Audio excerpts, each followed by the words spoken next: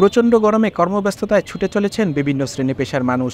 বেলা বাড়ার সঙ্গে সঙ্গে বাড়ছে রোদ ও গরমের তীব্রতা।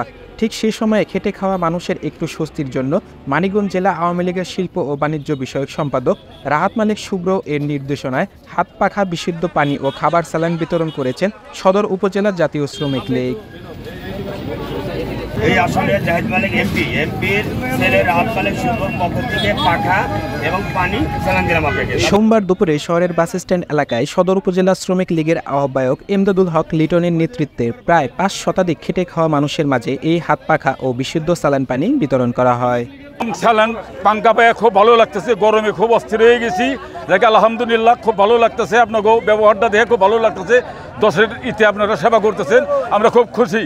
রোদে প্রচণ্ড গরমে ব্যবসা বাণিজ্য করতেছি, এসে এখন পাখা পাইলাম, ঠিক আছে আমাদের পাশে দাঁড়াইলো, এটাই তো অনেক। এরকম কয়জনে দাঁড়ায়? পাখা পাইছি, তারপরে পাইছি, পানি পাইছি, পানিতে আমাদের ভালো লাগছে, কারণ বাতাস নিতে পারবে। এই সময় সদর উপজেলা জাতীয় শ্রমিক লীগের আহ্বায়ক কমিটির সদস্য মোহাম্মদ ওয়াসিম, মোহাম্মদ মনির হোসেন, দিঘি ইউনিয়ন জাতীয় শ্রমিক লীগের সভাপতি শামীম মিয়া, কৃষ্ণপুর ইউনিয়ন জাতীয় শ্রমিক লীগের সাধারণ সম্পাদক মোহাম্মদ উজ্জ্বল হোসেন, বেতিলা মিতুরা ইউনিয়ন জাতীয় শ্রমিক লীগের সাধারণ সম্পাদক মোহাম্মদ আলমগীর মাহমুদ সহ আরও অনেকে উপস্থিত ছিলেন।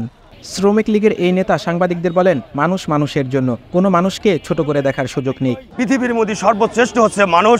মানুষের পাশে একটা মানুষ যদি থাকে তাহলে সর্বোচ্চ ওই মানুষের উপকার হয়। আমরা একটা মানুষকে কখনোই ছোট করে দেখব না। সেও মানুষ, আমিও মানুষ।